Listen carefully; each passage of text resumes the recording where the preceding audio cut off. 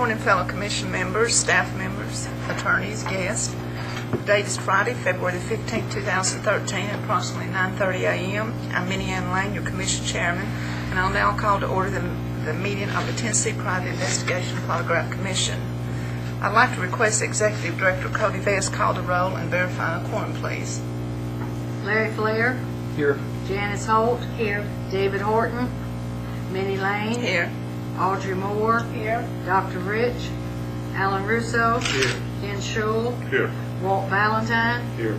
Let the record show that David Horton and Dr. Rich are not present, but we do have a quorum. Thank you. I'll ask if each of the commission members have received and reviewed a copy of the agenda, and if there's a motion to adopt the agenda. So moved. Motion by Commissioner Flair. Second by Commissioner Moore. Any discussion? All in favor? Aye. Opposed? Motion carried. If each commission member has reviewed the minutes of the October 26, 2012 Private Investigation Polygraph Commission meeting, I'll ask if there's a motion to approve these minutes as they are presented. So moved. Motion made by Commissioner Schul. Do I have a second? Second. Second by Commissioner Valentine. The motion to approve the minutes of the October 26, 2012 Commission meeting as presented was second by Commissioner Valentine. Any discussion? All in favor? Aye. Opposed? The motion carried. Okay, next on the agenda, we have the election of officers and the adoption of the Roberts Rules of Order, and I respectfully request that Executive Director Cody Vest handle these matters. Thank you. First of all, I would like to introduce our commission member to our new staff attorney. His name is Josh Kilgore. I know you've already met him. This will be Robert Herndon's last meeting with us. They've made some changes within the attorneys, and Josh is now our attorney for all our programs. We're just going back to just having one attorney, so he will be attending all meetings. Only one question. How did you draw the short straw? Hey. He ran in there and begged for this. What? Rob's in an awful good mood. He won't be getting hammered anymore. That's all right. Well, I just think you've done a great job. I think we all agree. You have. really We appreciate that. agree. We'd like to thank Attorney Thank you. Herndon for all his hard work working on these complaints, getting us straightened out. We really appreciate that. He's done a lot of work for this commission. Yes. And we do expect just as much out of our new attorney, and we do know we will be receiving that. I wanted to ask before we did the election of officers, we do not have everyone in attendance. Do we want to go ahead and do election of officers now, or wait till we have the full commission? Since we have a quorum, I think we should go forward. And having said that, it may not be appropriate. Can we have a moment for Dr. Rich? We sure can. If you would, and make that announcement. Yes, Your bad. Dr. Riches, I believe it's his son, is in the hospital and having surgery. Liver transplant. Yeah, a liver transplant. So I don't know if that's this morning. I know he couldn't be here. Well, Dr. Rich with his wife ill, and now his son. So if you'd like, we'll take a moment of silence if you find.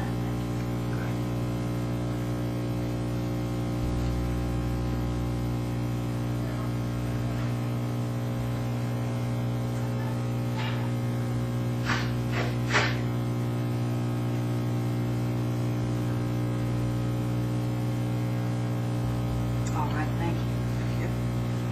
I have a script here for election of officers, so bear with me as I read through this. If we're all ready, we'll call it. Well, first of all, we're going to call for nominations for the commission chair. Do I have any nominations? I'd like to move Ms. Minnie Lane. I'll second that. Hold on just a second. That's Minnie Lane for chair, and that nominated, and that was seconded by Janice Holt. Are there any other nominations? All right, then I would like to move to elect Minnie Lane as commission chair by acclamation. Do I have a vote on that and second? Second. Motion, excuse me. I so move. All right, the motion was made by Mr. Valentine. He said, Who made the motion? Russo.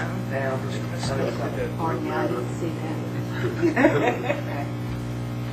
Well, if there's not any more nominations, we'll ask for the nominations to deceased.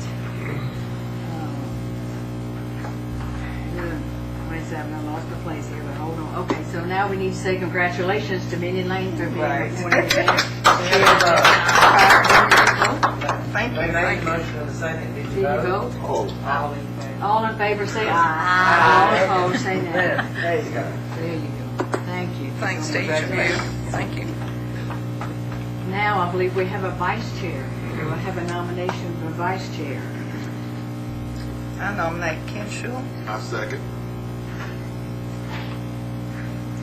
We have any other nominations?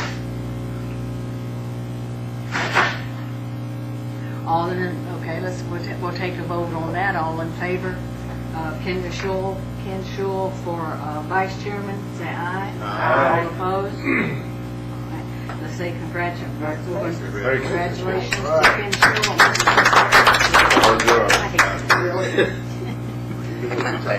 So now we have your commission board now. It's going to be Minnie Lane as your chair and Kendra Shul as your vice chair. Congratulations to both of them. Try to get used to these offices.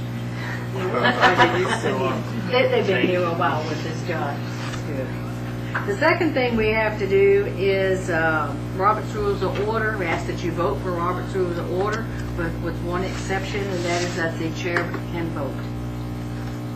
I so But as move. for- Second. All in favor? Aye. All opposed? Robert's Rules of Orders are in effect with the commission. And that finishes my little part. Okay. I believe next on the agenda, we have the legal report. And I'll turn this item over to which attorney? Attorney Robert Turner, our Assistant General Counsel. Oh, this is last day, he's gonna work it out. Well, I didn't know if he'd already passed it Well, on. he thought he was going to sit in the audience. So Oh, no, He wasn't getting away with that. This will pretty much clean us up, I think. I think pretty much every complaint we have is going to be presented. First thing is way back in August of last year, this is not on your report, but we had a complaint about an unlicensed business advertising private investigation services. And your recommendation, which I carried out, was to issue a cease and desist and a letter of warning, which I sent out. But you also wanted me to check up on them a few months later, and it's a few months later, so I checked up on them, and that website is no longer operating. So now we have completely done with that complaint, and I closed it. But I did what you told me to do. Do you need a motion to close it and all that? No, it's all right. I just let you know that I checked on it. So the last Scared meeting, you finally do what they tell you to do. Fine. Wrap it up some loose ends. All right, let's tab number, please exhibit on.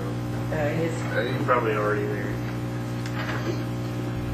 All right, the first one is under the heading Case Under Commissioner Review. And this, for the record, this is 2012-0163912. And the complaint was presented at the August meeting as follows. The complaint alleges the respondents, the licensed PI and a licensed PI company conducted unethical behavior providing PI services in violation of the applicable rules. Specifically, the complainant alleges the respondent PI, an employee or agent of the respondent company, initially declined an offer of employment to provide digital forensic services, and then later ended up providing such services to the opposing party's attorney in the divorce proceedings, an act which the complainant considers a bad business practice. Respondent PI is a separate company that provides this service. Thank you. Well, he's working there. The respondent PI company did not employ the respondent employee for this service. Documentation in the file seems to corroborate that the respondent PI company was not responsible for this conduct, as it was providing surveillance services only. The respondent individual states that he did not accept employment from the complainant, describing an alternative, less expensive option, and that he routinely takes calls from persons asking about a best course of action in such situations. Okay, now, this is the new stuff. At the time of the original presentation, the Commission felt that there was insufficient information in the file to make an accurate assessment of the probable cause, and agreed that an informal conference should be held between the respondents and a Commission member to determine a timeline of events and the true nature of the relationships between the parties involved. That informal conference was conducted on January 14th of this year with the Executive Director, myself, and the respondents in attendance. Several clarification points were provided by the reviewing Commission member for presentation, the results of which were forwarded to the reviewing Commission member for review and assessment. Having gathered all that and forwarded it to the Commission member, they did not find any evidence for probable cause for discipline for either respondent, and they both acted reasonably and within the Commission's minimum standards of conduct. So having learned all that, my recommendation is to dismiss the case for lack of probable cause for discipline. Okay, is there a motion? Make a motion to accept this recommendation. Okay, motion by Commissioner Flair, second by Commissioner Moore. Any discussion? All in favor, say aye. Aye. Opposed? Your motion carries to dismiss the case for lack of probable cause for discipline. Did everybody vote on that? I'm not sure, because we had a Commission member over here. Checking out. I agree. So could we redo that, please? You Okay. just need to revote. The revote's what I'm waiting. Oh, we had the motion by Commissioner Flair and the second by Commissioner Moore. All in favor? Opposed? Do we have anybody abstaining? No. The Commission member that reviewed this is He's- not present? We're Okay. not abstaining. Stating but not being. Motion carried. Okay, the next heading is our new cases, of which there seems to be about 6. Case number 1 is 2012-023391 and 2. The complaint alleges the respondent, a licensed PI company, failed to report the arrest of a PI employee to the Commission within the required 30-day period in violation of 62-26-213. The arrest occurred on September 6th of 2012. The respondent PI company states that the respondent employee's position of employment with the respondent PI company was terminated on the same day of the arrest, but prior to the event of the arrest. Although the Commission offices received notice on September 12th that the PI employee was no longer the qualifying agent, was no longer employed with the respondent PI company. The recommendation is to authorize a formal hearing with authority to settle by consent order for a civil penalty of $250 against the respondent employee. Dismiss the matter against the respondent PI company for lack of probable cause for discipline. So we normally do. Is there a motion? I move that we accept the recommendation of council. Motion by Commissioner Rousseau. Is there a second? I'll second. Second by Commissioner Flair. Is there any discussion? All in favor? Aye. Opposed? Motion carried. All right, number 2 is Just a moment, let me caution all Commission members, when we do ask for a vote, please do vote one way or the other, please, for the record. okay. Number 2 is 2012-01977-1. The complaint alleges the respondent, an unlicensed company, is or was providing services requiring a PI company license. In particular, conducting criminal background checks for tenants, owners and employees in violation of 62-26-202 and 62-26-204. This is evidenced by a review of the respondent's website, which describes these activities among the services provided to clients. Because the original complaint materials were returned unclaimed, a Reg Board investigator was dispatched to hand deliver the complaint and obtain proof of service. The The date on the certificate of service is November 19, and there's been no answer from the respondent since that time. There's no complaint history for this respondent, and as of the date of this report, the website has been removed. So we did what we asked. Recommendation is to issue a letter of warning against unlicensed activity. Is there a motion? I move that we go along with the attorney's recommendation. Motion by Commissioner Holt. Is there a second? Sorry. Second by Commissioner Shule. Any discussion? All in favor? Aye. Opposed? Motion carries. All right, next one is number 3, 2012-0-1982-1. The complaint alleges the respondent, an unlicensed company, is or was providing services requiring a PI company license, in particular conducting criminal background checks, in violation of first statutes. And this is evidenced by a review of the respondent's website, which describes these activities among their services. The respondent answers the allegations by stating the company is no longer in business, and that when it was, it never conducted any criminal background checks. The respondent further states that the posting of such a service on the website was an error which the respondent failed to detect. The former company was solely a transportation safety compliance company, and in no form or fashion did the company act as a security or investigative company. The search of the internet no longer produced the website, and there's no complaint history. So, recommend to issue a letter of warning against unlicensed activity. Is there a motion? So moved that we comply with the recommendation. Second. Motion by Commissioner Valentine, second by Commissioner Rousseau. Any discussion?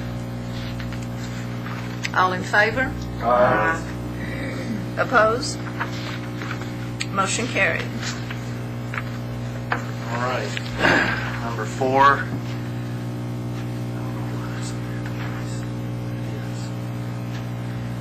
2012-0-19151 and 2. And this complaint alleges the respondent, an unlicensed entity, is or was providing services requiring a polygraph examiner's license in violation of 62-27-206. The respondent is not in this state and was alleged to have advertised polygraph services in Tennessee by linking to 2 companies that supposedly were capable of providing such services. In answer, the respondent states that these 2 companies are not affiliated with it and have removed their information from the website, in addition to adding a disclaimer that the respondent is not licensed to administer polygraph examinations in the state of Tennessee. All right. Currently, the website states that we are not licensed in Tennessee to administer the polygraph test, but we are able to administer the voice stress analysis test. And there's no complaint history for this respondent.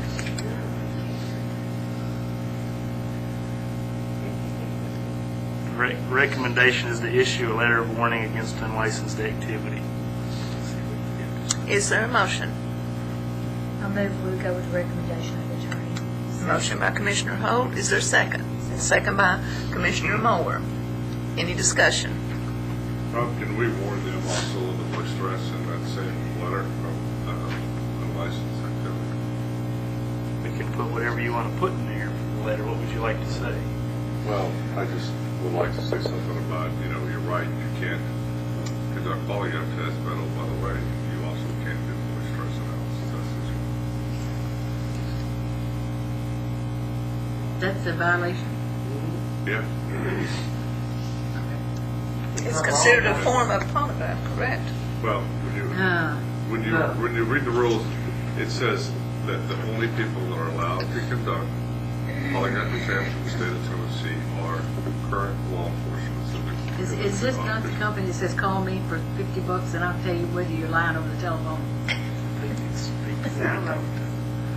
Yeah, but the voice stress analysis is limited to law enforcement only in Tennessee. So So we need to make sure. you just quote the law. A swing and a miss. Okay. I will do that. And tell them to just put a period after period. Well, just take, not licensed in Tennessee to administer the polygraph test, and then or Before stress analysis. knock all that stuff off. All right. now we'll Any do- further discussion? Do we need to amend that, how do we do that with the recommendation up here? Reader system is 101. We can just add that as a discussion. Okay. we can say whatever we want. Any other discussion? All in favor? Aye. Opposed? Motion carried.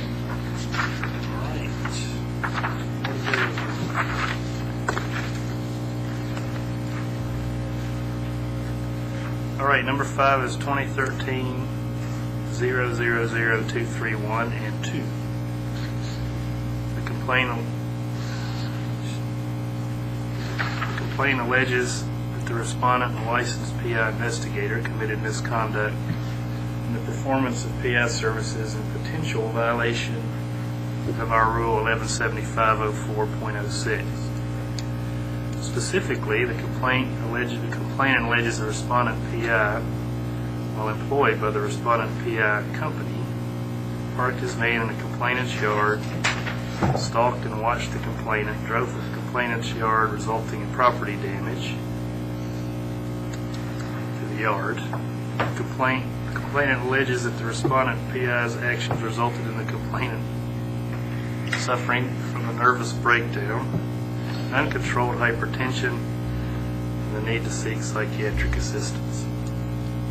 The respondent PI company answers that it has GPS tracking records relative to this time period. I guess on the van, I should have said that the respondent PI was not in the incident area until a full hour and 45 minutes after the alleged incident. The respondent PI company further answers that the county sheriff approached the respondent PI, verified the respondent's identity and reason for being present at the scene, and in no time with the sheriff did the sheriff ask the respondent PI to leave the area. The respondent PI company alleges that no arrest warrant was ever filed for the episode, but a trespass complaint has been filed with the respondent's intent to contest. And there's no complaint history for, well, either one of these respondents. So my recommendation is to close the case for lack of probable cause for discipline. Is there a motion? Motion by Commissioner Russo, second by Commissioner Holt. Any discussion? All in favor? Opposed? Motion carried. All right, the very, very last one. 2013-001041, 2, and 3. The complaint alleges the respondent licensed PI company was operating a separate PI company without a license in violation of 6224-204 and advertising PI services under a name that is not properly registered with the Commission in violation of Rule 117501.05, which is our change of company affiliation and change of address. Specifically, the complainant alleges the respondent PI company and its qualifying agent began advertising PI services for a new/additional PI company in anticipation of a relative receiving a PI license. The respondent states that no PI services were provided during this period, and an internet search as of February 4th did not produce any information on this business, and there's no complaint history for the respondent. So the recommendation is to issue a letter of warning against the unlicensed company because they don't have a license yet. Is there a motion? I move we accept council recommendation. Motion by Commissioner Moore. Is there a second? I'll second it. Second by Commissioner Flair. Any discussion? All in favor? Opposed? Motion carried. I'd like to make a comment. I've noticed that you started putting the expiration date of the license and the issue date for for the company on these, and I believe it really helps. We can get in our mind if they're currently licensed when it expires. Mr. Ernie, can I ask you a question too? Like, to go back to the voice stress thing, you know, that you're going to issue the letter. Can we do something so that Josh will follow up to make sure that, you know, after that is no longer advertised to be? If he, since we have so many of these website things, if the commission wants to direct us every time, it's just, you know, Yeah. just what we do every time is to follow up, make sure that they've done what we've asked them to do. That'd be great. If the commission wants to make that direction, motion, and direct us to do that, we'll do. Well, I'd like to ask Commissioner Shaw, could you explain that voice stress? Because, see, I wrote in the back of my book that that's not considered a polygraph exam. And what the gentleman's doing, or what this company's supposedly doing, they're not touching any equipment, which law enforcement has to handle, from what I understand. You're calling this 1-800 number, paying $25 over the phone, and they're telling you whether your husband's lying or not. But So they're not able to do that because they fall under that voice stress analysis, right, that's what it is. That's exactly what it is. It's a even though they're not voice touching the equipment. stress. The equipment they have to have the equipment. In order to tell you. Well, yeah, they're whatever other state they're in. Sure, they have to have equipment. They have to have something that they believe, or they're going to make you believe, records voice stress. It's no better than the flip of a coin. There's absolutely no research to show that any of these devices work. And so that's why we're trying to regulate it in Tennessee. So these guys that say, I mean, it doesn't work when you're sitting in front of somebody, you've got the machine right here, let alone calling somebody over the telephone and doing a 15-minute interview. But So the violation is the equipment. yes. And the fact that they're not licensed in the state of See, Tennessee. I think I know why he said this then, because You we know, talk talk to to these these people over the telephone. but we're not in Tennessee. We're somewhere else, so we're not conducting in Tennessee. But I don't really think that's the case. Well, the individual would call that 800 number. The Right, individual but be in it's- Tennessee, I take it. Is the individual in Tennessee? I guess they would The be. client would be The here. client would be in Services The in client would be Tennessee. here. The The officer person client. operating the equipment is somewhere else. I Right. must think that's what we. Yeah, that's where, yeah. That's what they came up That's with. what's so confusing. So I guess it's sort of a contract law issue where the transaction occurs. It's the state law that applies. So I guess The voice that's being recorded, is in that's Tennessee. being analyzed, is in Tennessee. The equipment is somewhere else. If So they even that's- have any equipment. They consider that they're doing it at home, Yeah. in their home state. So we need to tell them, we don't look at it that way. If you're in California, somebody from Tennessee calls in, you're in California with your equipment, the test is not happening in California, it's happening here. And they can't The do that. contract originated in Tennessee. So that's- If you may, That's what we need. part of the entity of the contract is in Tennessee, 50% of it. 50% of it may be elsewhere. So that's the part that's illegal. My opinion is that it's part of a Tennessee contract. I just want to make sure we know how to address that. They made it quite clear that they weren't working with equipment. I don't know what they did on the other end line, I don't know. As long as they had signed. Years Could be, but they ago, weren't doing that, so. And we don't regulate the voice, so if they weren't using our equipment, what's their violation? so years ago, the auctioneer commission was struggling with eBay and stuff. You know, in this day and age, the auctioneer commission was worried with eBay. Hey, you can't do that here. And that was their argument. They said, we're not there. We're somewhere else. But even though it's 50/50, the fee is 100% out of Tennessee. Well, if you bought a van in Ohio over the internet, you were in Nashville, where did the transaction take place? The transaction takes place in Tennessee when you construct.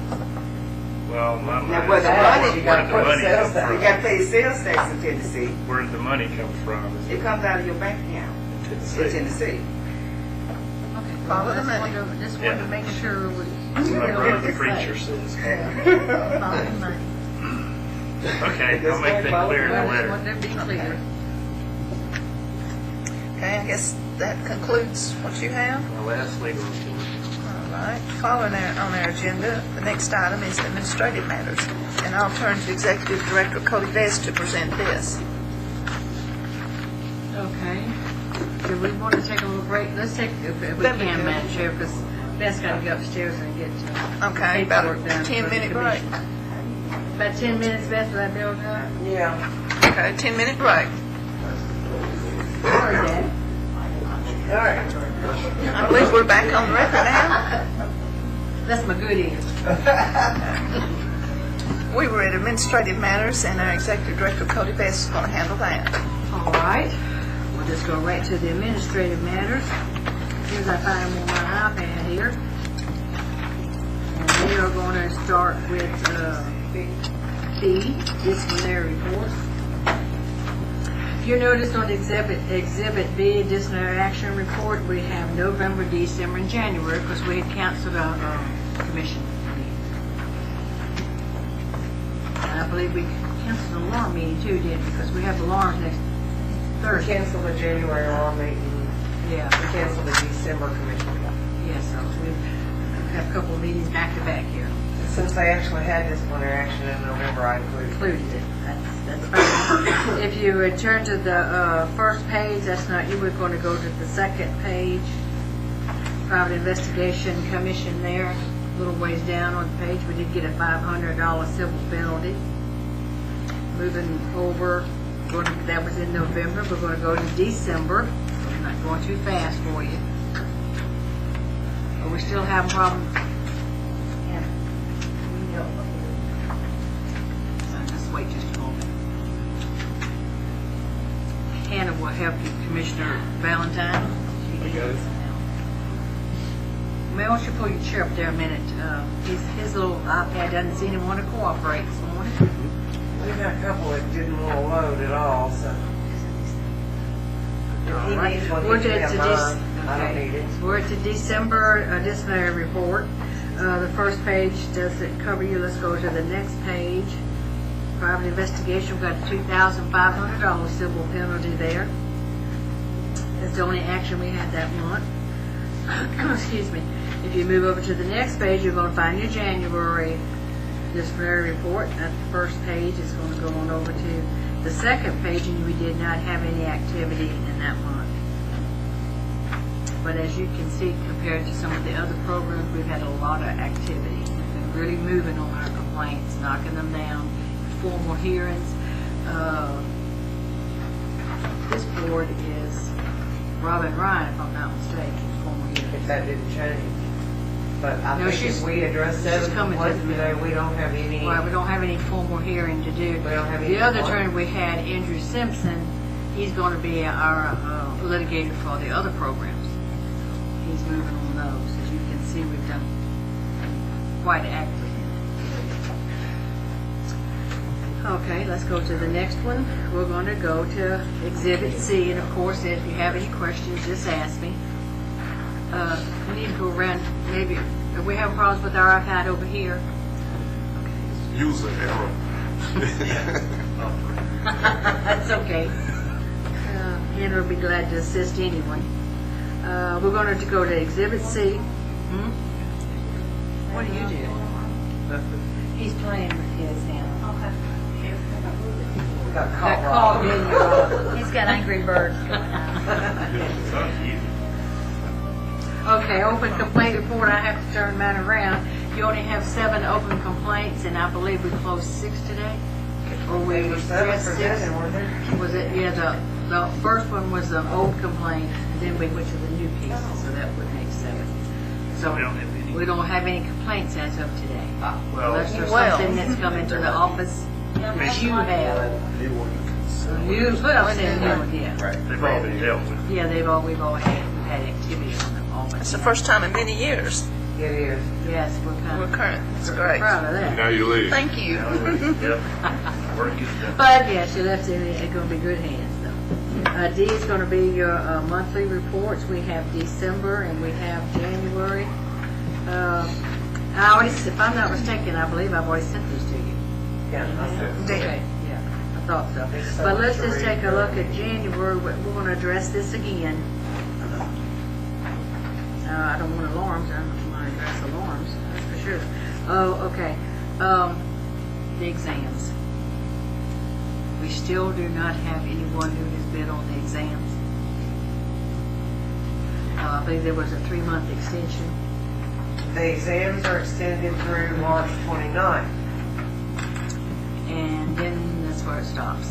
We don't know Yeah, what's you'll going to happen notice- after that. Yeah. Why did they drop us? There's not enough activity. There's not enough money in it. for them. I think part of it was the test development liability. They Yes. have gotten out of the test development business. And And- they didn't, the contract requires that they're responsible for the content, they're responsible for legal action taken, like if somebody challenges the exam. And I think the volume just wasn't, regardless of the fact that we have people taking it and it's required to get a license and people are taking it all over the place in other states, it's hard to. The problem we're gonna have is if we do get the test questions and we're trying to buy the test questions or at least get permission for them to give us the test questions, then we've got to find somebody to proctor the exams. Or find a company that's willing that isn't gonna All our take programs are in the liability. same boat. They're the same Except for thing. what? All of them. Real estate and all the No, our programs. Let me rephrase it. Private investigation, private Alarms and- protective services, and alarms. They kept locksmith for, Well, Locksmith's a different company. PSI bid on that, but nobody bid on any of the other ones. and it looks like they're going to want to go, what do you call it? Electronic, Online? online. They're going to want to do everything online. I mean, we're going to have our hands tied at the end of that period if we don't have a company in place. Whether we're going to have to develop an exam and proctor it, certain state does not want to do that. The But liability. you have, that's right. And if we do have one, it looks like whoever's going to bid on it's going to require you to go online to do it. And again, that won't take the liability away from the commission. No. If we get the test questions that we develop from Prometric, then the liability is going to fall on the commission Well, are you getting for the challenges to the exam or anything like that. are you getting the test questions to perhaps have to administer the test in some instance, or to just give to another company? Vendor, yeah. We're hoping, that, again, we don't know what's going to happen because we don't even know if we can get the test questions. And that's the end of March. Yeah. Yes. So we got roughly, So there may be a period of time the exam will not be able to be administered for a private investigation. So if we're taking some new ones on, we better get them on there. that's what I've been You telling got- people when I talk to them, please keep the exam out of the way before March the 29th. Okay. Because we don't know what's going to happen. Well, they're not going to be, if they do accept it, then they're not going to be liable if there is a challenge or a problem. The liability is going to fall back on the commission. Have we ever had a challenge for this program? Prometric has had a couple. Well, that's There because is they kept failing. a challenge or an appeal, again, generally, we would present a copy of the letter to you guys. I know, I think I've presented 2 or 3 over the last 10 years where somebody appealed it or challenged it.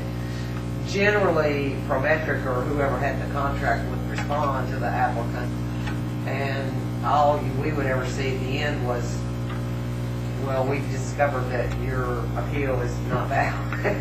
Well, I had 2 take the test, and they were adamant that the answers were not there for the question on 2 different Recently? questions. A couple years ago. It'd been the last test that was The approved. one before we revised No, this. the revised one. See, but they've never sent anything to our No, office. they didn't, because they passed it and all that. Okay. Moot question.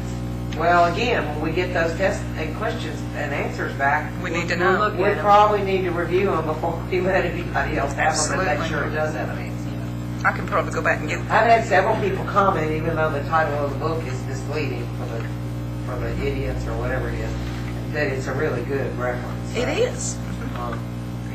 I know we struggle with that.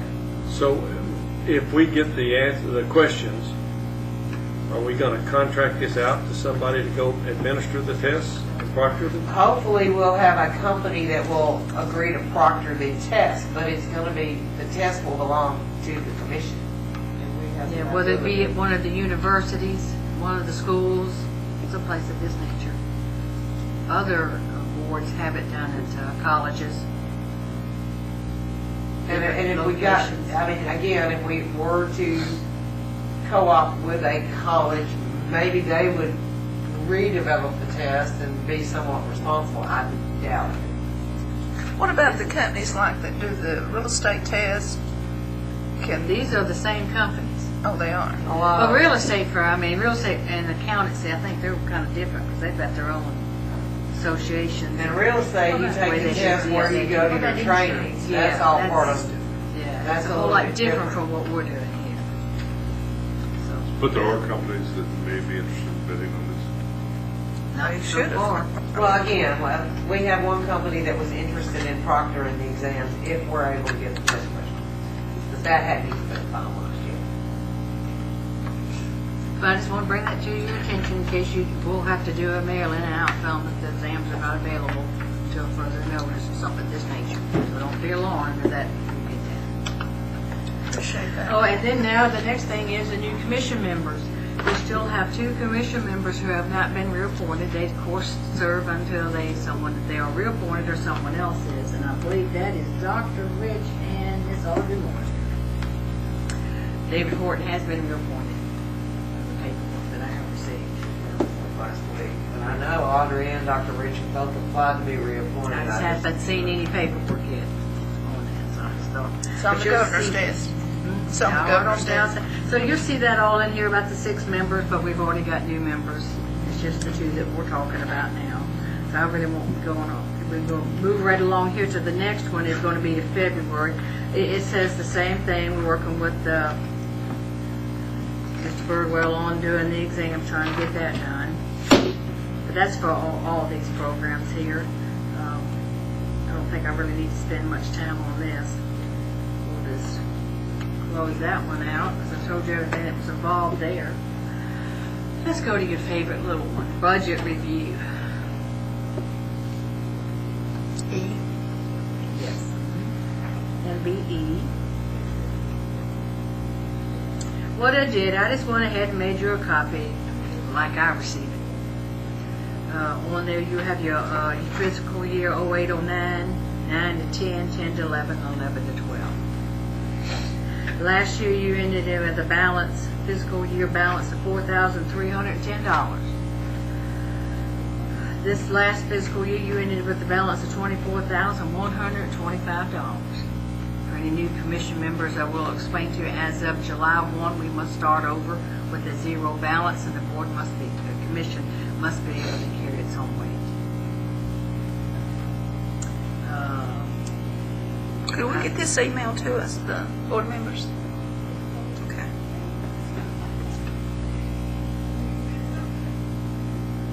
Make myself a note here.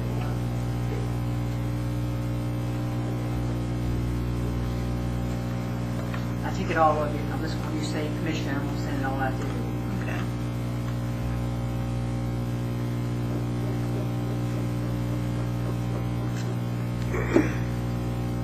All right, with no questions there, we'll just come out of there.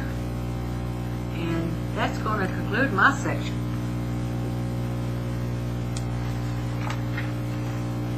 And our appearance is not here. We do have an appearance. We did tell him at 11 o'clock. Of course, we do try to stay on schedule as best we can. Is he here? No, he's not here. Okay, so could we not go on to something Education. else? You want me to tell them about the new conference room? Yes, I'm on Beth. I had signed several members of our programs to go over. We have got a new building our old building, we're going to be moving back into it. I'll go ahead and give you a little update where we're at. We are completely finished with private investigation, polygraph commission, your programs of barcoding and scanning. There are no more hard files. Everything is on the system. As new work comes in, it's being scanned, and that's how that, okay. We did the contract security companies and certified trainers. We started with, have not touched alarms. We're still working with private protective services. Then we have got a whole rows up against the wall of Richards and Richards. These are the files that we're not going to be able to scan. It's not. We're still working on how we're going to scan the complaints, so we're going to keep a hold of those. But Beth has gone over to the meeting, so I'll let her tell you about the new, how it's going to be done over at the new building. They have completely redone the conference rooms on the first floor. I was telling a few of you earlier. As you walk in the front of Davy Crockett now, where we used to meet in 160, which was over to the right, conference room 1A and 1B are actually to the left. And they have completely revamped that space. The conference desk, the tabling, it's voice-activated microphones. There's a panel for the admin and a panel for the chair where they can, y'all will be assigned cards that identify who you are. So when you vote, yes, no, or abstain, the chairman, and we're hoping to add it to the admin, will know who voted, who abstained, how many votes there were.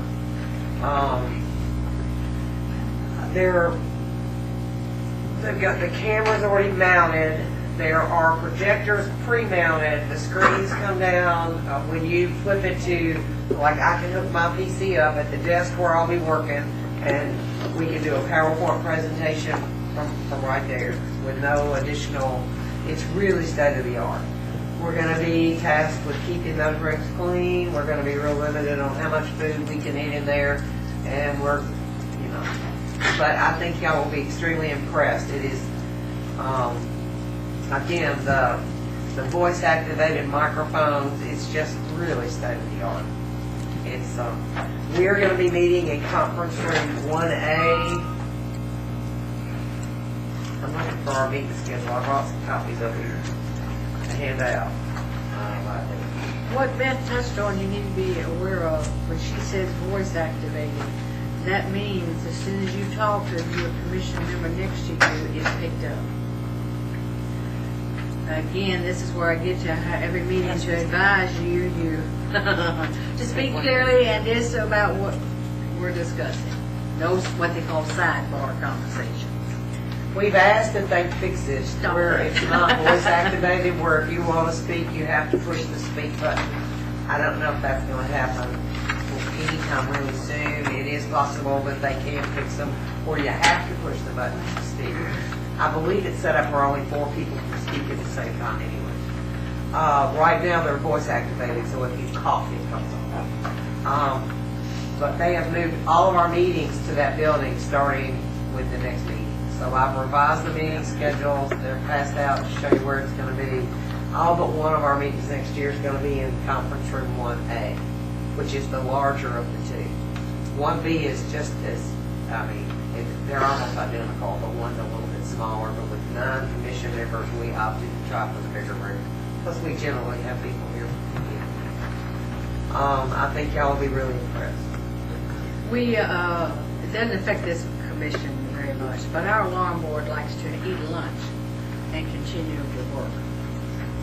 That's not going to be feasible over there. We have, I think you told me there was a small room that we could put coffee in out. Behind 1A, there's a small room where you could actually put coffee and some stuff, you know, and they're going to put tables in there for us to put it on. In room 1B, there's really not. There's a table at the back of the room, but there is a break room where they're going to have vending machines, and there's an ice maker and some other stuff. A really large break room right next to the 2 conference rooms. So, But it's for the whole building. yeah, it's for everybody in the building. So we don't, when you say right next to the room, I don't know what we're going to hear. Yeah. Well, again, they're damp. You can't really hear anything outside those rooms. Like, you're really going to be surprised. And then I guess we're moving back over there in June, we think, of next year.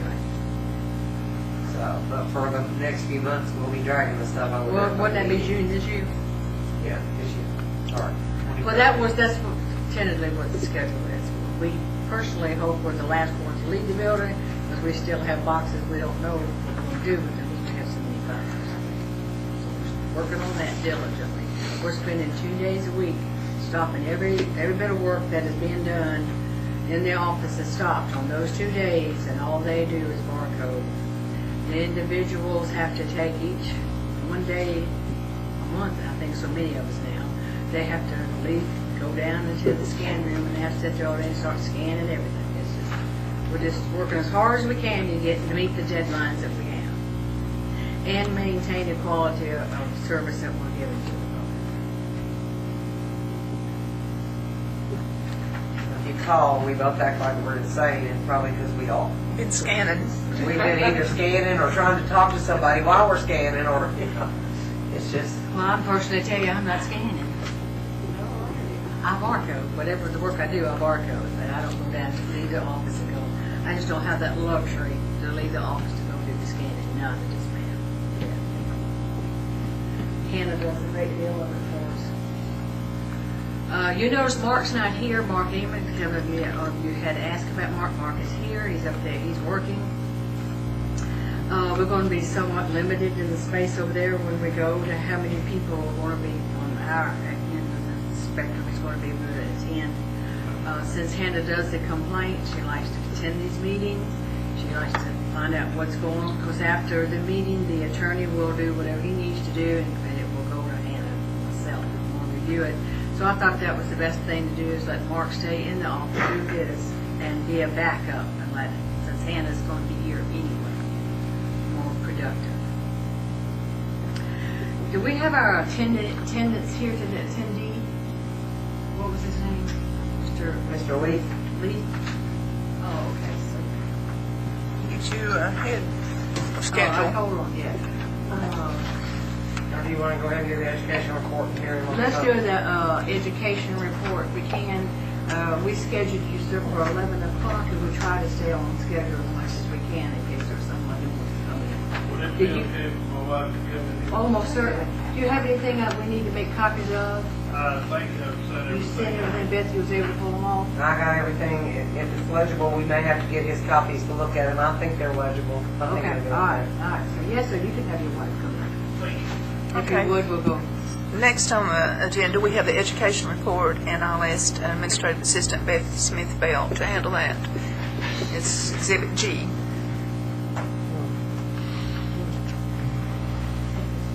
Just doesn't like it. Look, it's legitimate.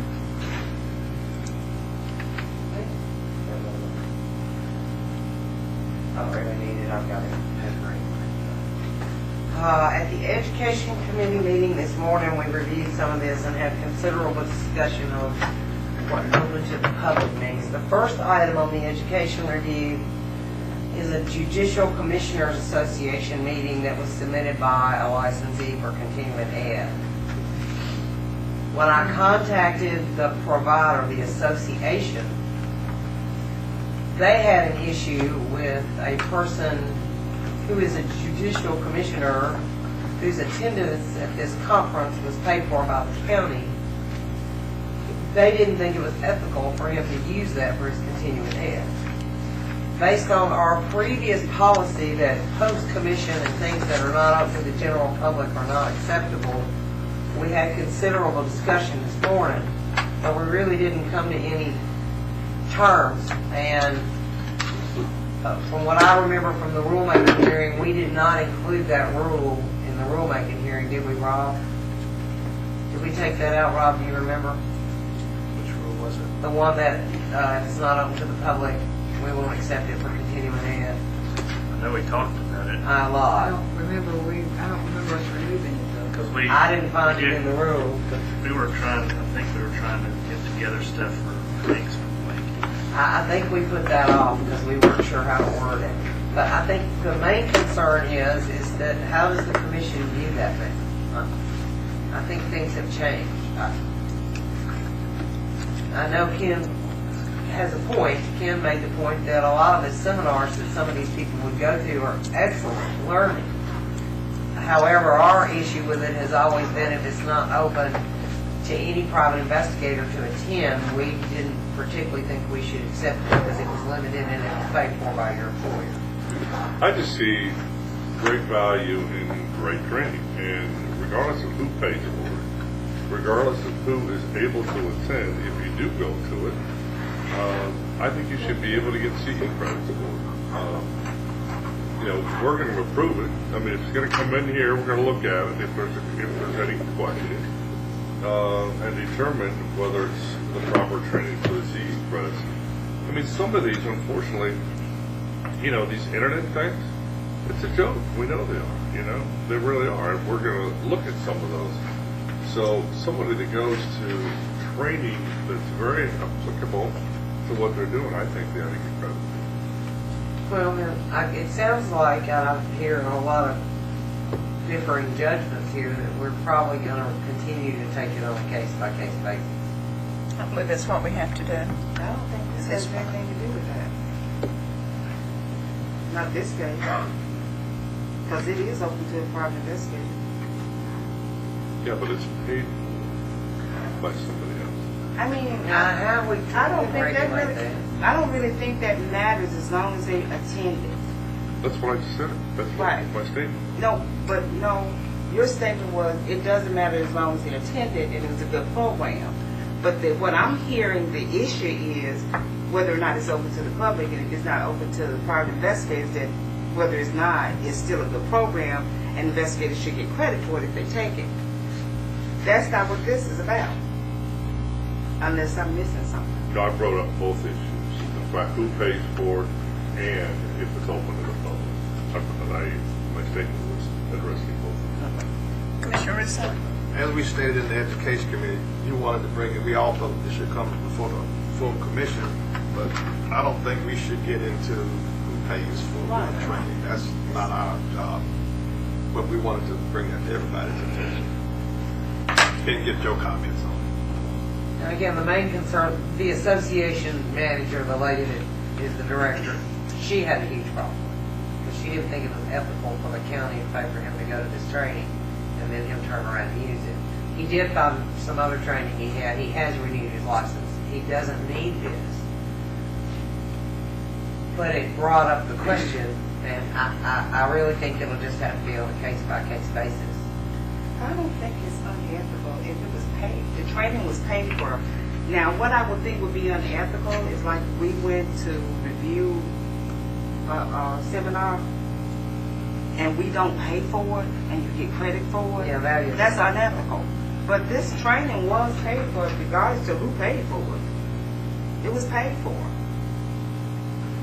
Seems like who paid for it is not an issue. It's not. Well, again, Right, so- the association, because he's a judicial commissioner, she had an issue with it. That's her fault. That's where I left problem. it. She'll And have I to did handle it. contact Mr. Lane and said, Mr. Lane, I don't know how the commission's going to review this, but the director of your association had an issue with it. You'll need to talk to her, and that's where we left. So, but it did look like good training, so. It did.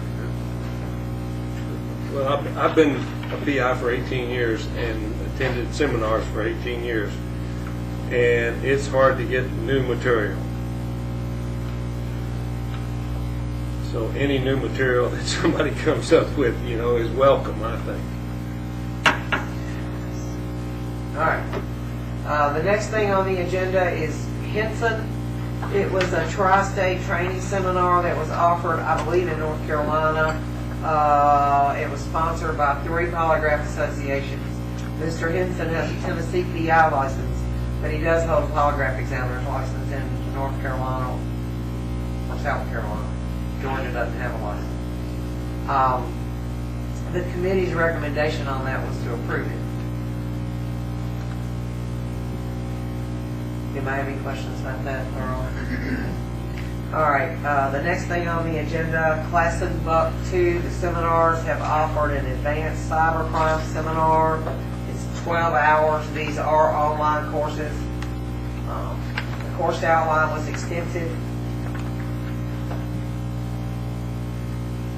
I don't believe we had any issues with that, so the recommendation would be to approve that. The institution, do you have a question? I want to go back to the other one, but we can do that when you're finished. The incident. Okay. You want to go back now? Or we, Okay, my only issue here is that this guy he does not hold a Tennessee polygraph examiner's license. He is only a PI in the state of Tennessee. So he goes to this training. He is a polygraph examiner in another state.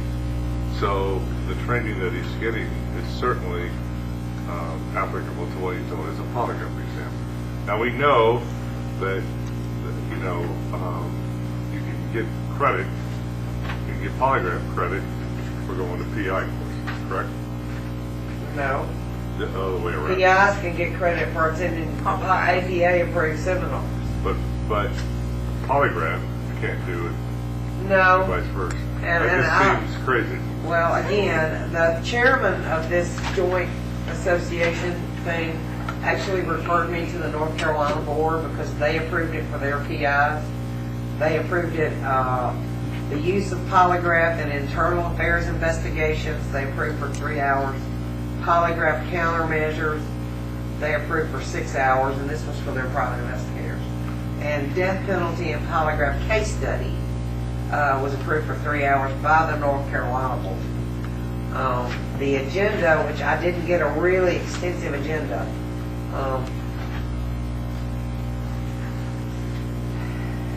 death penalty, internal affairs, I didn't get as extensive of an agenda as I would have liked to have gotten from the chairman. He didn't have it handy.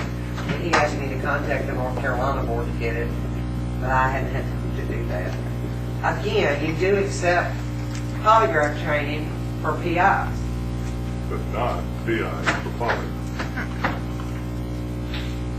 For polygraph. Well, because your law says an APA-approved seminar, we don't really have any way outside that because it's in the polygraph law. The PI law just says you get continuing education credits approved by the commission. It just seems like if you're going to accept one for the other, it'll be, in reverse as well. But The law would you have to need be to change changed. your law where it doesn't say an APA-approved seminar. Exactly. That's my point. It should go both ways. I think this is great training if he's applying for continuing ed for polygraph, but not as a PI. Well, then, do you want to make a ruling that the polygraph training won't be accepted for PIs? I don't know what the difference would be to one of your guys going to the Tennessee Association of Polygraph Examiners seminar in Gatlinburg and using that for his PI credit. I don't see a difference. Well, I see a private investigator going to a polygraph school, learning how to run an instrument, how to collect charts, that has absolutely nothing to do with what they do as a PI. Now, when it comes to interrogation and interviewing and so forth, yeah, it's all happening. But I don't know how you could just blanketly say that a polygraph seminar, what are you going to do at a polygraph seminar that teach you how to run a polygraph? You're not going to waste your time if you're just a PI and pay the money to attend it. Well, If it's not useful, I don't believe. There's no This guy- transferable skills there. This guy is applying for credits for PI. Is that correct? Yes. And he went to a polygraph. Exactly. So But you he's a are. polygraph He- also. Yes. Not Tennessee. No, not Tennessee. But he's going to use what he's got. He's going to use it one way or the other. But again, it's just the idea that he's not applying for continuing education credits for polygraph. He's doing it for PI, and it's from a polygraph seminar. Well, several years ago, we added Polygraph Association seminars to the PI continuing ed list. Do we need to take them off? Well, again, I think it has to be on a case-by-case basis. If you look at the polygraph seminar and you see that it includes interrogation and interviewing techniques and all, that's great for a PI. But chart interpretation or how to properly conduct a polygraph test is not proper training for a PI. What did your outline that you did get really show? I sent y'all everything I got.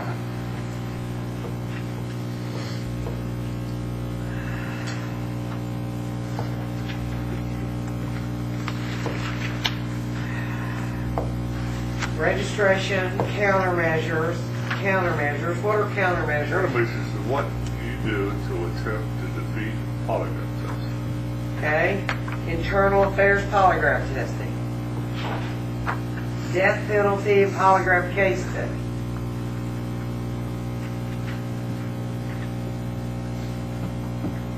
I'm just asking. Do you want to decline it for this person? I think it's CE credit for private investigators. Okay. Are we going to have to review the Tennessee Association polygraph agenda for the people that are going to want to use it for their PI continuing education?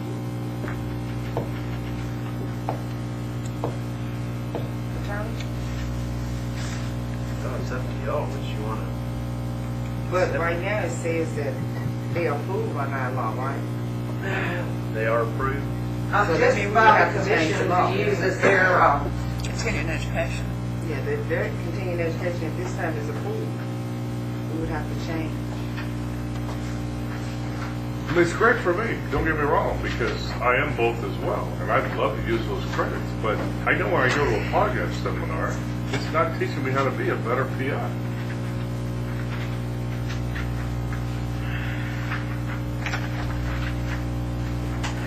you have the American Polygraph Association on your list of recognized providers. So we need to approve it. But you have distinguished for which profession, it's just approved. This was not sponsored by the American Polygraph Association. No, it wasn't, that's why it's on the agenda. But these three associations that did put it together, I'm sure the APA accepted it. Sure. I can guarantee you it.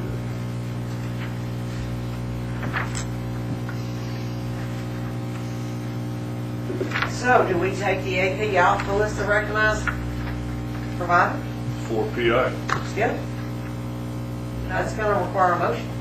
No? If there's a private investigator that want to go for the interrogation part of it, they can get credit for it. Yeah, but if they're listed on this list, and they send me an APA certificate, that's approval. We don't have to present it. Well, polygraph. I mean, you want to limit it to the APA annual 4 or 5 day conviction, or because like the Tennessee Association seminar, the Alabama Association seminar, those are all APA approved, and we've been accepted. Well, I think we need to address it, because when they're learning how to recognize countermeasure attempts at a polygraph, how to run proper charts, how to score proper charts, how can they get credit for them for their PIs? Okay, so do you want to make a motion that we take the APA off the approved provider? As a blanket provider, I think we should. Attorney Huntington, do you have them? I think since it's already on the list for this year, we should probably leave it. This has been on the list for a year. If you want to remove it, it should probably be removed next year. Because this is already Again, this is the published. first list we put out, and it's not on the website yet, I just did it Oh, I thought she was yesterday. already on the Okay. website. I was, But this has It been is on the broadcast. website, but it's the one dated August 17th of 2012. yeah, but On still the on front the it internet, says- is what I'm saying. 2013 approved course. That is not on the internet yet, I Okay. just did it So yesterday. what, and about these courses, if you got a private investigator sitting at home right now, and he wants to take this course, does he have this information that he can take it? Again, it's gonna have a date on it that says, as of August 17th, these are the courses What approved. if he's already signed up for something for November? Right. Well, Just a I'm lot of just company. saying, right now, what's on our website is dated August 17th, and it says 2012 course. If you're gonna make a change, what I think Attorney Herndon said, if you're gonna make a change, we need to give it a date. Yeah. I think Well, it's the website disappearing shows, off the site. the website shows courses offered only in 2012. Yes.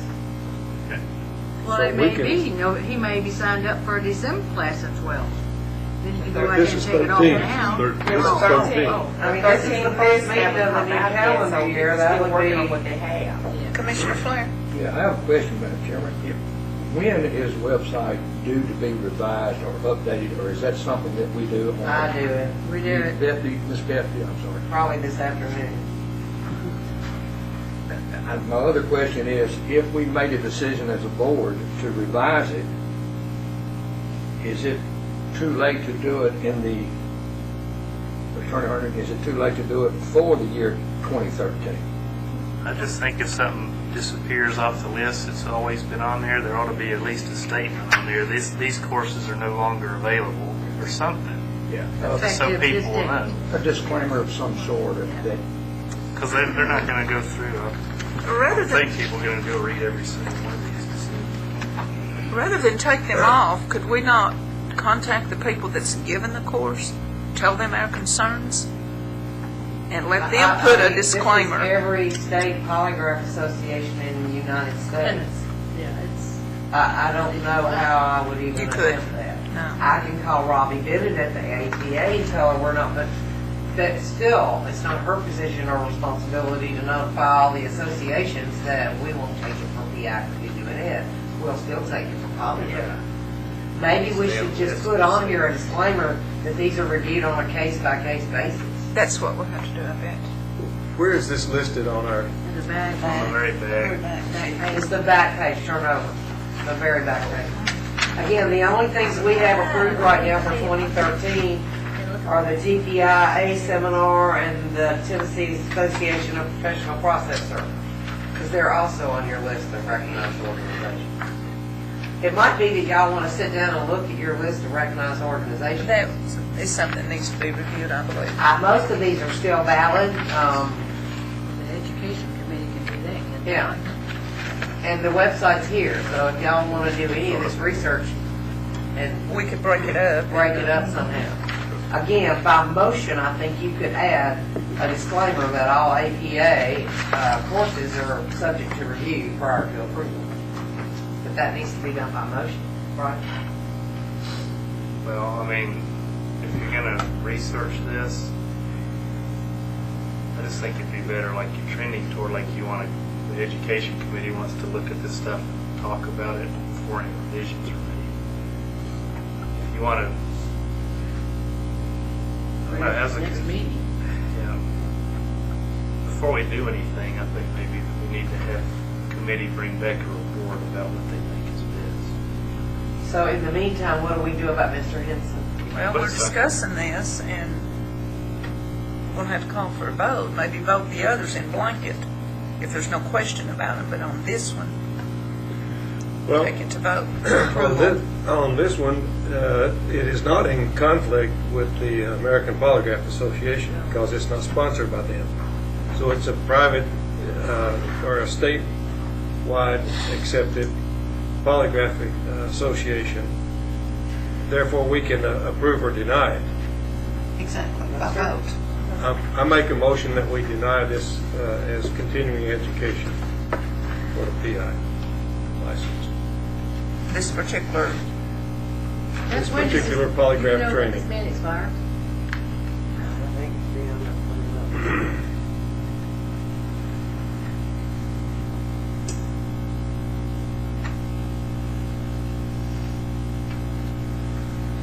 I'll acknowledge your motion in just a minute, because she looks that up.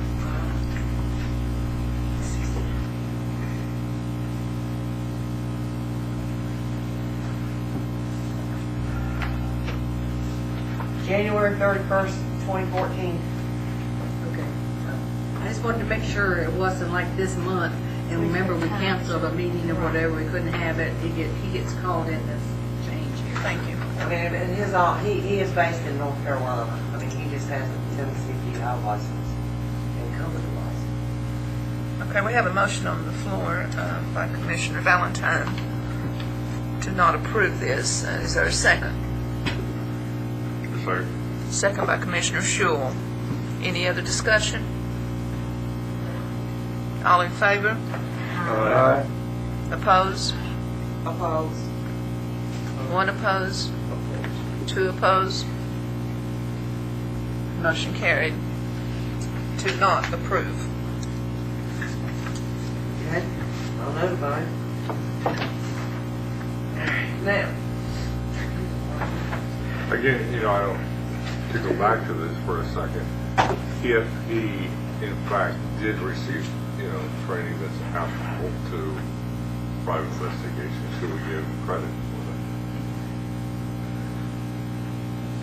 What, But based on the outline that based on you the read, outline I don't had, you see said anything. none of that was applicable. that? Not what you told me, no. that's- I didn't know if that was complete or not, if you told me everything. Well, that's all I had. Okay. That's what I sent y'all, that's all I had. All right. And I don't think it's my job to go and call anybody else asking for agendas. If he feels it's uncomfortable, he can send us the agenda and we can review it again. That works for me. Okay, what about the Class and Buck seminars, the 12-hour advanced cybercrime seminar? Is there a recommendation on that, Mindy? The recommendation was to approve. Okay. Institute of Consumer Financial Education, Certified Credit Report Reviewer. They had submitted that about 2 years ago. It was a 6-hour course. They've upgraded it to 15. I think the only people that take these courses are the people that are doing these background checks for Parole Background America. They have to have a PI license, but it's applicable to what they do. And from the training that they submitted, and I've spoken with the director, Paul Richard, when it first started, it was about 5 years ago, the final exam was only 50 questions. They have now updated the course, revised the course, and the final exam was expanded to 100 questions, and they would like it increased, approval increased from 6 to 15 hours. I believe the census was to approve this. Okay. All right, the other 2 items on the agenda, there's one more after these 2, and these are just sent out for y'all's review because these 2 groups are on your list of recognized organization. The Tennessee Professional Investigators Association, I believe that's March 9th, and the Tennessee Professional Process Service Association is March 16th, and I may have reversed those. But they are both on your list of approved organizations, so I've already added them to the course. You were correct, the TPIA is in Knoxville this year instead of Gatlinburg. Yep. Now, the only other thing on the education report is the National Resource and Training, which I brought copies of that to the Education Committee. At the last meeting, the discussion was, and the decision was made that the Education Committee was going to plan this audit and audit their online, but I never got a call about who wanted to audit what. Dr. Rich had planned to attend one of their live seminars, but it's left their course submission that we got last year in October in limbo. We haven't approved it, we haven't denied it. We've had several complaints about the online. I don't think we've gotten any necessarily in writing. I've gotten a couple of emails. And I don't believe we've had any complaints about their live seminar.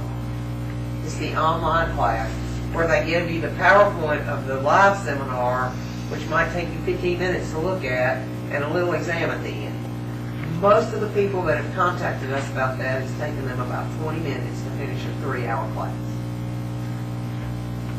Do we still want to audit that, the online ones? I apologize, we've not done that. I believe when we said we were going to, we should have done it. We should still do it. And we should I still do really that. think that we should still do it. Now, I Do it can immediately. contact them and tell them that there are 3 commission members who are going to audit what, but I need to know who it is so I can get you a passcode. I think all 3 of the, in my opinion, all 3 of the Education Committee members should at least audit it. Or review it, whatever you want to, and then have someone else if they want to volunteer. Would that be possible? Again, they have like several courses that are on our list. If you look at last year's, all their live seminars, but what about their live seminars? Can we go ahead and approve those? I think so. We'll vote on it, but I think we should, and just the one that you've had to complain on should be the one we target. To Commissioner Russo? Let me make a motion that we approve the live seminars and the Education Committee will come up with a schedule and the courses that we will audit, the online courses. Thank you. We have a motion on the floor by Commissioner Russo, second by Commissioner Moore. Any other discussion? All in favor? Opposed? Okay. Motion carried. All right, so that leaves us needing a motion to approve the Institute of Consumer Financial Institute and the class above. We did not make a specific motion for those two. Okay. Let's take the class above first. Do I hear a motion to approve that? The events crime. So moved. Motion by Commissioner Russo. Second. Second. Any discussion? All in favor? Opposed? Motion carried. And the next one is the Institute of Consumer Financial. We did not make a motion on that. Motion by Commissioner Russo. Second. Second by Commissioner Shule. Any other discussion? All in favor? Opposed? Motion carried. All right. I will send you electronically this list of all these recognized providers. Okay. I will send it to everybody on the Education Committee. If y'all need help or want to divide them up, any other commission members that want to help or find the Education Committee is David Horton, Dr. Rich, Alan Russo, Ken Shule, and me. Okay? That's agreeable. All right. Well, that's all I have on the education report. Okay. I guess next on the agenda, we need to, it's like a little after 11. Okay, we can go ahead and ask our guests to come up if you would, sir, sign in. You have this on your agenda, I mean, on your iPads too.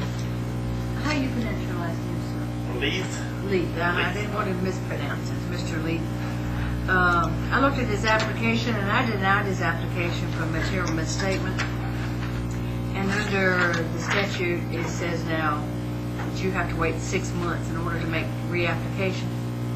So he is here to appeal that and appeal the denial for material misstatement.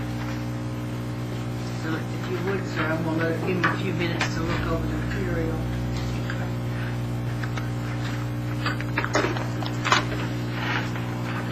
Josh, pass that out to those down. Don't take them, just pass it down to the state lawyer.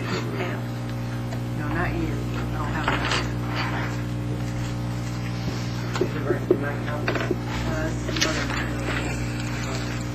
You got copies of those? I don't know what that is. But you still got what he sent us on the internet? Yeah. Pass those out too. I mean, it's on the iPad. Oh, okay, good. It's all loaded. And that may be the same thing that's already on the iPad. I don't know.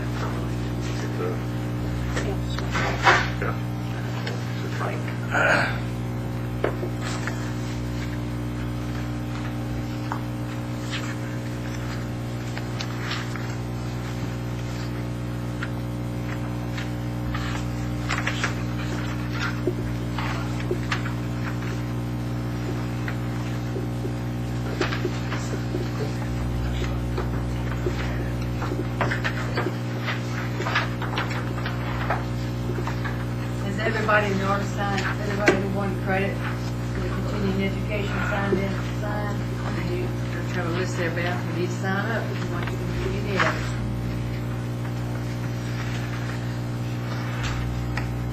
Did you get one?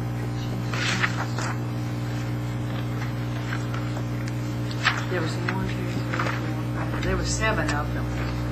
Somebody's got an extra one, 7 copies. 7 copies. I think that's the same thing that's on your... Wait a minute, I do. Maybe it is. Sorry. When you get through, I need to tell them to put these files. No, you can check until y'all make a decision, and I think it's the same thing. It could be, yeah, I just wanted to make sure. I know you brought some material with you.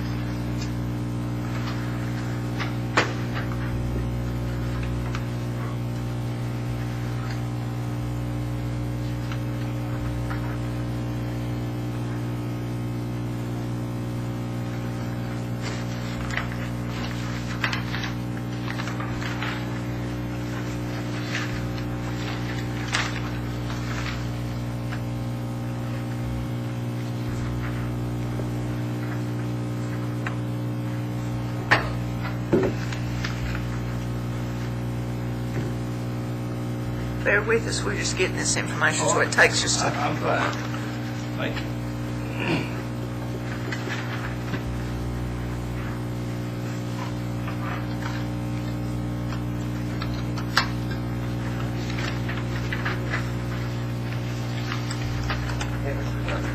The way it was scanned, was really hard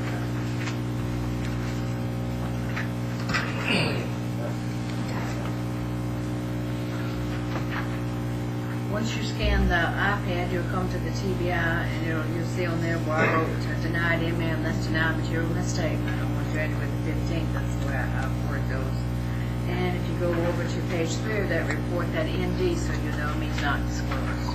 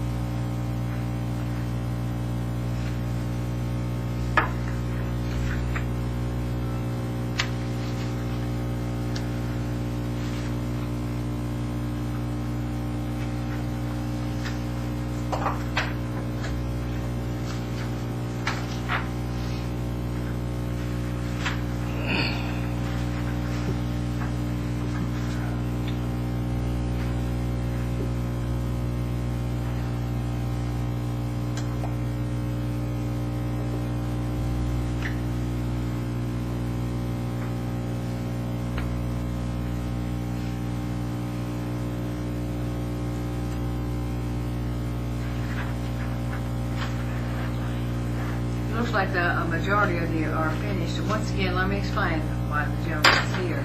He has made application. His application was denied for material mistake. That means he has to reapply for LSBs again, and he has to wait 6 months in order to do that. He's asked to appeal the denied material misstatement section and the waiting the 6 months to, or to not have to wait the 6 months to accept this application, and that's why he asked for personal appearance. Is everybody ready? Mr. Leith, do you have a statement that you'd like to make to us? Sure. Okay. There's a lot of things in my life that I'm not real proud of. The only thing I've ever done was IWC, basically, and that was 5 years ago. This incident we're talking about in 92, I remember, and I've got case files of 77 that I remember. 92, I don't remember. It started out as an IWC, which is issue worth of checks, or a worth of checks. It was then reduced or changed to theft by deception, which is not even law in Tennessee, but it is in Alabama. Back in the 80s, I was with the Sheriff's Department for a short while, and then after that, I was a private investigator in Alabama. Back then, of course, I've got older and I've changed places, and I've forgotten more than I'll ever know. But this intentionally never intended to happen. I didn't, and I still don't. I went to Alabama after I received this letter to find out what it was. I got down there and got all this that you have about this incident, and I still don't remember this incident. I'm not saying it didn't happen, I just don't remember it. But it started out, and I put in my application that I had some issued worthless check charges years ago. But this plainly started out as a worthless check in '92. It got changed to theft by deception, second degree. Then it got changed from that to theft of property, third degree, which is third degree misdemeanor, state of Alabama. So deliberately putting anything on an application, no. I never falsified anything in my life. When you went and picked these documents up and looked at this signature, is this your signature? It looks like mine, yes ma'am. I asked for, where I had my mug shot, they couldn't provide that to me. I asked for where I had my fingerprints, they couldn't provide that to me. So if they could at all, it'd be at least 6 months before they could do that. They don't go back that far in their records to Gunnersville, Alabama, which is admirable in that case, but they don't go back that far. And I wanted proof that it was actually me. But, I admit back in the 70s, I probably drank as much as anybody, but I was sober in the 90s. Is this your post office box address? Was there anything on these Nothing, documents? everything was where I lived. Now, I'm not putting any blame on nobody. I had a son that caused a lot of problems. I don't know. I had a wallet that was taken off my telephone during that time. I had a ticket in ways of Kentucky and Tennessee for over length on a truck. That wasn't mine. I don't know. But the signature, I'll admit, looks like mine. I just don't remember this. Who was the check made out to? I didn't. It was a Bud's pawn shop, and it was for, I don't know where it would recover a pawn, but it says 2 firearms and a chainsaw for $390. You don't remember that? I do not. No, I've never done nothing like that with a pawn shop to my knowledge. I don't remember. So, I just got my handgun permit back last fall in the state of Tennessee, and nothing, of course, this 77 deal, I even remember that. This 92 didn't show up on my handgun permit thing. I don't reckon nobody ever questioned nothing about it. But anyhow, I don't. So you don't remember paying a fine or? No, sir. No, sir. I don't remember it. I didn't remember the guy the guy that arrested me. I remember even him being deputy. He quit the same year that I mostly got this in '92. I don't know. Like I said, I work for sheriff's department, and after that, as a private investigator, I know these background checks would come up with something.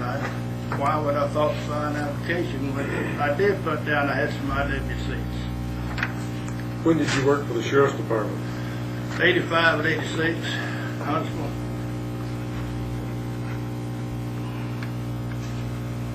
Madam Chairman, may I have a question? Okay, I Commissioner. noticed in some of the paperwork, sir, that in 91, Yes, sir. and you noted that on the application, and 95, you noted that on your application as well. But the 92 again is the only incident. I still don't remember. Yes, sir. That's the only instant that I did. And I even after going to Alabama the other day and looking at all of this, I still don't remember those. I know where the pawn shop was, which is no longer there anymore, but And the department there in Gunnersville, yes. I'm assuming the county SO would be the arresting. Right. And they're telling you that they don't have any record of a mug or any record of anything? No. And I wanted that to see actually if it was, but they didn't have a record. Their explanation was due to the time frame from 92 to 2013. Their computers don't go back that far, and they just didn't have it on record. You know, I've been placed on disability. I don't want to stay on disability. I can't do a lot of things I used to do. I owe people, I need to make a living for my wife and I know I can do this kind of work. It's just to get back in it. I got Frankie Blacks over in Jackson trying to help me to do so, to work through him or with him. Things are a lot different here than they are in Alabama. But I'm here to stay, and all I want to do is try to make a living. You're not in Alphaville anymore? No, I'm here. I'm living in Parsons. And how, when did you leave Alphaville? When did I leave? Garrison. Sold my farm in 2001. I lived on Sand Mountain just out of Boaz. My boy's mother passed away in '99. My wife, we married in 2001. We decided we'd rather farm, and we moved to Florida to start with. And I guess I missed the season changes, so I wanted to move up here. We live in Parsons now.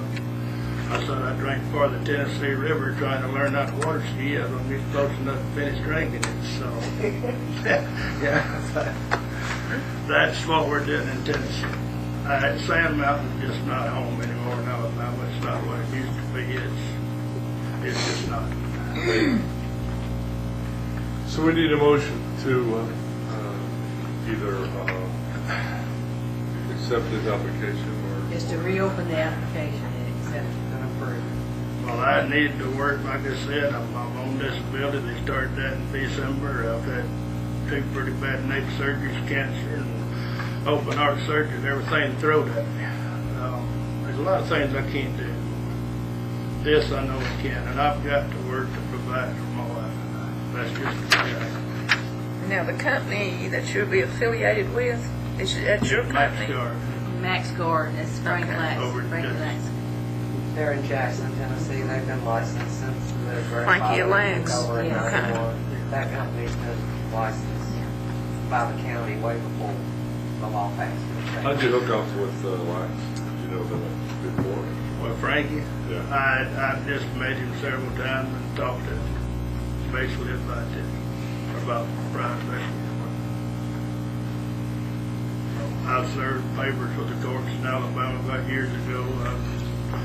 Like I said, we didn't have iPads either. We had this right here. But things have changed an awful lot, and I'm going back to school to learn more on the computers. And I'm not too old to learn. I'm 58, and I'm not quitting. They can't, I don't, first of all, I can't make enough money on disability to make a living. Second, that wasn't the way I was raised either. So I've got to make a living, and this is something I know that I've got to learn things that's advanced in the years that I've been out there, but I know I can do it. Any other questions of Mr. Leith? I have one more. All right, Was it Mr. closed Flair? account or was it a worthless? It was a worthless check. In other words, there wasn't, Wasn't enough funds in it. okay, but it was not a closed No. account. I want to move that we reopen this and accept his application. We have a motion by Commissioner Shule to reopen this and accept his application. I'll second that. I can't see someone listing what all he's listed. I don't think he did it intentionally. I think he actually doesn't remember it. Second by Commissioner Holt. Any other discussion? All in favor? Opposed? Motion carries. Well, thank you very Good much. luck to you. Thank you. I told my niece I was going to live to 104. I hope so, but sometimes I wonder, but thank y'all very much. I guess you'll get with, I'll check in with Mark, and if there's any fees or anything, I think everything else is here. I've sent, don't do my motion. I know $250. Okay, then everything should be here. Your license will be sent to Max Guard. Okay, all the correspondence goes to the company. We'll try to get this working separately. Thank you. That's what we actually talked about. Thank you. You're welcome. Okay, next, we have any unfinished business? No, we've already incorporated all that into everything else. What about new business? We know Mr. Flair has a new. Commissioner Flair? I want to go on record with the commission that, not as a commissioner by any means, I understand the rules that I cannot do that as a commissioner, but I'm going to, as a CEO of my company, approach the Department of Safety and look into the procedure of getting a driver's license photo for private investigating companies, or, investigators. Again, for the record only, that, of course, I'd like to have the board's blessing, but I'm not going to impose on the board for that. I don't think that's something that would be proper to even to ask. But for the record again, for safety purposes of someone approaching a private individual in our state as a private investigator, with papers to serve or to interrogate or whatever, in a criminal matter or whatever, it's really good for an investigator to have that photo, he or she, to have in her hand. If I'm serving papers and they're hard to serve, and you knock on the door and you don't know whether you're serving whomever, if you got that photograph. And I know it can happen, it's happened in the past, but the state has changed procedure. I don't think it's going to be, and again, we would probably have to refer to counsel or whatever, I don't think it's going to be a legal matter, I think it's a procedure matter. But just for the record, I am going to approach the Department of Safety as the owner of my own company. I always use my driver's license in conjunction with my private investigator's license. No, he's talking about photos I know. from individuals' driver's licenses. The person you're going to I serve. know. Are you able to get pictures of people's driver's licenses? Oh, to get them? I thought Right. you meant to put on No. air identification. Oh, okay. I want a photo, I I completely want a missed this. photograph. I want a John photo- Brown, if you go to John Yeah. Brown house to see who John Brown is. Oh, I missed it. I thought you were saying photos on air license. They did, the last place that quit giving them was out at Centennial. And they would, if you filled out the application, send them to you later on. Yes, Back- later on. Yeah, but not on the spot. Well, in the last 3 months, a month ago, for the record, I approached an individual to serve him, and he had been avoided. I later found out, I'm not going to mention any names, later found out he had a child molestation criminal warrant on him. And he thought I was the police coming to get him for that. And I got into a situation that I think it had a lot to do with my experience. It's the only reason somebody didn't get hurt. And I can see one of my associates or another PI in our state, get into that situation. Now, again, the Department of Safety may tell me to do it, but that's all I want to do is go over it. Well, you'll be thanked if you get that done. Okay, I guess that's all of our new business. Did we have any continuing education forms filled out? Yes, there's a couple people that asked for this filled out. No, not I mean, to speak. No, the forum. no, no. Not forum. Has anybody got any questions about anything that's been proceeded at the meeting today? Okay, if I could get a motion to adjourn. I've got that from Commissioner Moore. Is there a second? Second. Commissioner Russo? Everybody in favor? Aye. We are adjourned.